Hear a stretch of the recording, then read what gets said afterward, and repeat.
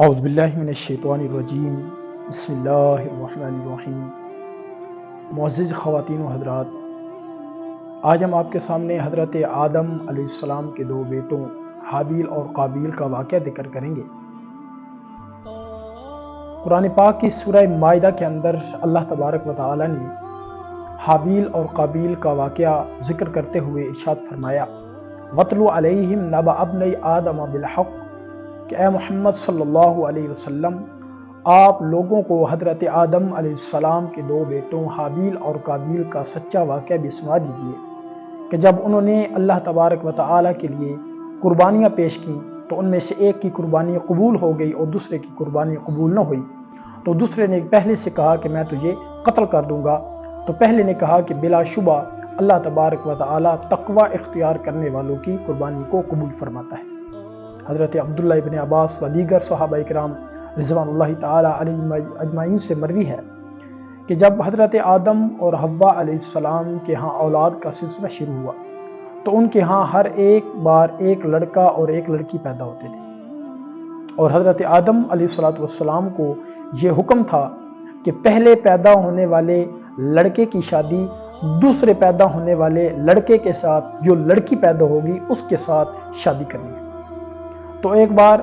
حضرت آدم اور حوا علیہ السلام کے ہاں قابیل اور اس کی بہن کی ولادت ہوئی، اور دوسری مرتبہ حابیل اور اس کی بہن کی ولادت ہوئی۔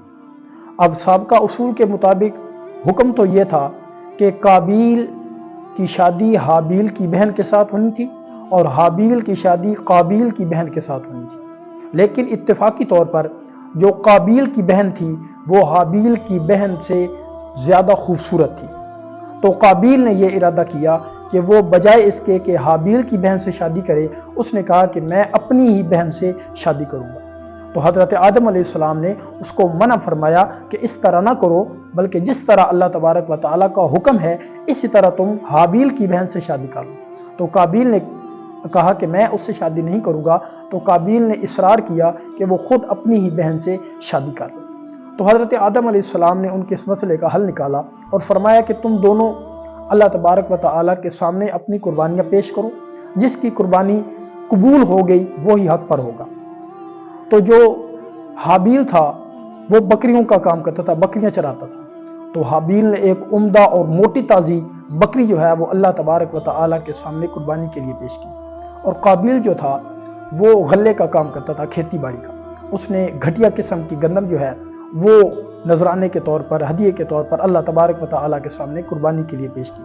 تو ان دونوں نے میدان کے اندر اپنی اپنی قربانیاں رکھ دی، تو آسمان سے آگ آئی اور حابیل کی جو قربانی تھی عمدہ اور موٹا تازہ جو بکری تھی اس کو جو ہے وہ آگ کھا گئی، جو حابیل کے قربانی کے قبول ہونے کی علامت تھی، اور قابیل کی قربانی جو گھٹیا قسم کا اس نے بیکار قسم کا غلہ رکھا تھا، گندم رکھی تھی، وہ آگ نے نہ کھائی، تو معلوم ہوا کہ حابیل کی قربانی قبول ہو گئی اور قابیل کی قربانی قبول نہ ہوئی۔ تو اس پر قابیل کو جو ہے وہ غصہ آ گیا، اس نے اپنے بھائی حابیل کو قتل کر دیا۔ تو جب اس نے حابیل کو قتل کر دیا تو اب وہ کھلے میدان کے اندر اپنے بھائی حابیل کی لاش کو لے کر بیٹھا ہے،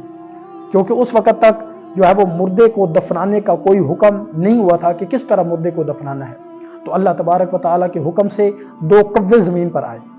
اور ان میں سے ایک کوے نے دوسرے کوے کو مارا، اور مار کر چونچ کے ساتھ جو ہے وہ گڑھا کھودا اور اس گڑھے کے اندر مردہ کوے کو جو ہے وہ دفن کر دیا۔ اب قابیل یہ سارا واقعہ اپنی آنکھوں سے دیکھ رہا تھا، سارا منظر، تو اس نے اپنے آپ پر ملامت کی کہ ہائے افسوس، میں اتنا گر چکا ہوں کہ میں اپنے بھائی کی لاش کو کھلے میدان کے اندر رکھ رہا ہوں، میں تو اس کوے سے بھی گیا گزرا ہوں کہ اپنے بھائی کی لاش کو دفنا بھی نہیں رہا۔ تو پھر اس نے اسی طرح جس طرح کوے نے دوسرے مردہ کوے کو دفن کیا تھا، اسی طرح قابیل نے گڑھا کھودا اور حابیل کو جو ہے وہ قبر کے اندر دفن کر دیا۔ تو حضور اکرم صلی اللہ تعالیٰ علیہ وسلم نے ارشاد فرمایا کہ سب سے پہلے جو ہے وہ ریت جو ہے وہ قتل کا جو طریقہ چلا، قتل کی جو رسم چلی وہ قابیل سے چلی،